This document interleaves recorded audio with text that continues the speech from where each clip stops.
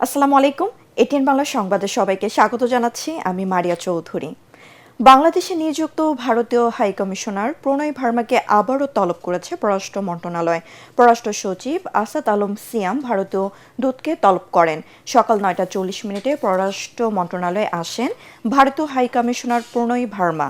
পররাষ্ট্র সচিব আসাদ আলম সিয়ামের দফতরে যান তিনি। 5 মিনিটের কম সময়ের মধ্যে মন্ত্রণালয় থেকে বেরিয়ে যান প্রণয় ভার্মা। এই সময় পররাষ্ট্র সচিব ভারতীয় হাইকমিশনারকে বাংলাদেশ ভারত সমসাময়িক পরিস্থিতি নিয়ে একটি নোট কপি প্রদান করেন।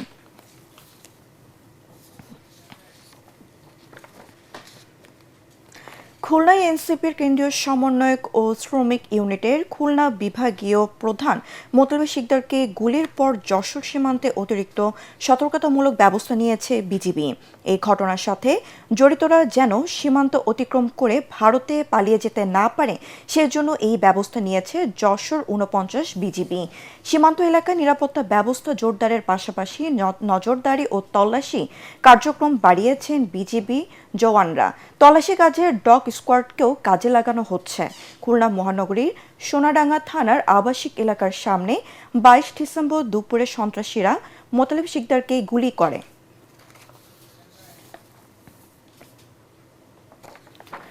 প্রধান নির্বাচন কমিশনার এম নাসিরউদ্দিন বলেছেন, জাতির ক্লান্তি লগ্নে সুষ্ঠু নির্বাচন আয়োজনের দায়িত্ব পালনে ব্যর্থ হওয়ার কোনো সুযোগ নেই। বিগত নির্বাচনগুলো নিয়ে নির্বাচন কমিশনের উপর যে অপবাদ রয়েছে তা খোঁচাতে হবে। সকালে রাজধানীর আগারগাঁও নির্বাচন ভবনের অডিটোরিয়ামে ডিসিএসপি বিভাগীয় কমিশনার ও আঞ্চলিক নির্বাচন কর্মকর্তাদের সঙ্গে বৈঠকে সিইসি এইসব কথা বলেন। মাঠ প্রশাসনের কর্মকর্তাদের সাহসী পদক্ষেপ নেওয়ার আহ্বান জানিয়ে সিইসি আরও বলেন, কোনো ধরনের বিচ্যুতি না হয় সেদিকে কঠোর নজর রাখতে হবে। আমরা যদি সঠিকভাবে দায়িত্ব পালনে ব্যর্থ হই, আমরা আমাদের ভবিষ্যৎ প্রজন্মকে জবাব দিতে পারবো না রে ভাই। এই দেশটা আমার, আপনার সকলের দেশ।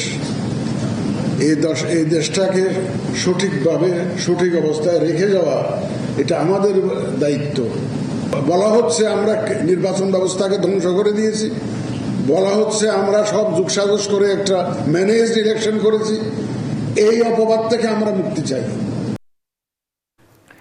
চাঁদা না পেয়ে সাভারে একটি বাড়িতে হামলা চালিয়েছে সন্ত্রাসীরা। এই সময় সন্ত্রাসীদের ধারালো অস্ত্রের আঘাতে গুরুতর আহত হয়েছেন বাড়ির মালিকের স্ত্রী।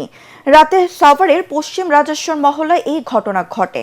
প্রত্যক্ষদর্শীরা জানান, চাঁদা না পেয়ে রাতে সন্ত্রাসীরা লাঠি ও ধারালো অস্ত্র দিয়ে পশ্চিম রাজেশ্বর মহল্লার মোহাম্মদ কুরবান আলীর বাড়িতে হামলা চালায়। এ সময় হামলা ভাঙচুর ও লুটপাটে বাধা দিলে কুরবান আলীর স্ত্রী নুরুন্নাহারকে কুপিয়ে আহত করে। তার সঙ্গে থাকা নগদ টাকা ও স্বর্ণের চেইন নিয়ে পালিয়ে যায় সন্ত্রাসীরা। পরে 999-এ ফোন দিলে পুলিশ ঘটনাস্থল পরিদর্শন করে। সারা দেশে জেঁকে বসেছে শীত। ঘন কুয়াশা আর হিমশীতল বাতাসে অনেক জেলাতেই কাঁপুনি ছড়াচ্ছে শীত। গত 5 দিন ধরে উত্তরের জেলা কুড়িগ্রামের জনজীবন স্থবির হয়ে পড়েছে। ঘন কুয়াশার কারণে সড়কে যানবাহনগুলো হেডলাইট জ্বালিয়ে চলাচল করছে। সকাল 6টায় কুড়িগ্রাম জেলায় সর্বনিম্ন তাপমাত্রা রেকর্ড করা হয়েছে 12 ডিগ্রি সেলসিয়াস। শেরপুরে ঘন কুয়াশা ও হিমেল বাতাসে সকাল ও সন্ধ্যায় শীতের প্রকোপে তীব্র আকার ধারণ করছে। ভোর থেকে বেলা 11টা পর্যন্ত চারদিক কুয়াশার চাদরে ঢাকা থাকছে। শীতের কারণে ঠান্ডাজনিত বিভিন্ন রোগে আক্রান্ত হচ্ছে মানুষ। শীতে বৃদ্ধ ও শিশুরা কষ্ট পাচ্ছে। শীতের কবল থেকে রক্ষা পাওয়ার জন্য ছিন্নমূল মানুষেরা খড়কুটো জ্বালিয়ে শীত নিবারণের চেষ্টা করছে। এবার আন্তর্জাতিক।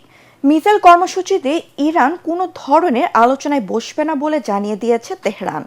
দেশটির পররাষ্ট্র মন্ত্রণালয়ের মুখপাত্র ইসমাইল বাকাই জানিয়েছেন, নিজেদের প্রতিরক্ষার জন্য এই কর্মসূচি। বিদেশি শক্তির হামলা মোকাবেলা ও নিজেদের সুরক্ষায় এটি অব্যাহত থাকবে বলে জানান তিনি। ইরান নতুন করে তাদের মিসাইল মহড়া শুরুর পর যুক্তরাষ্ট্রের কাছে সংখ্যা প্রকাশ করেছে ইসরায়েল।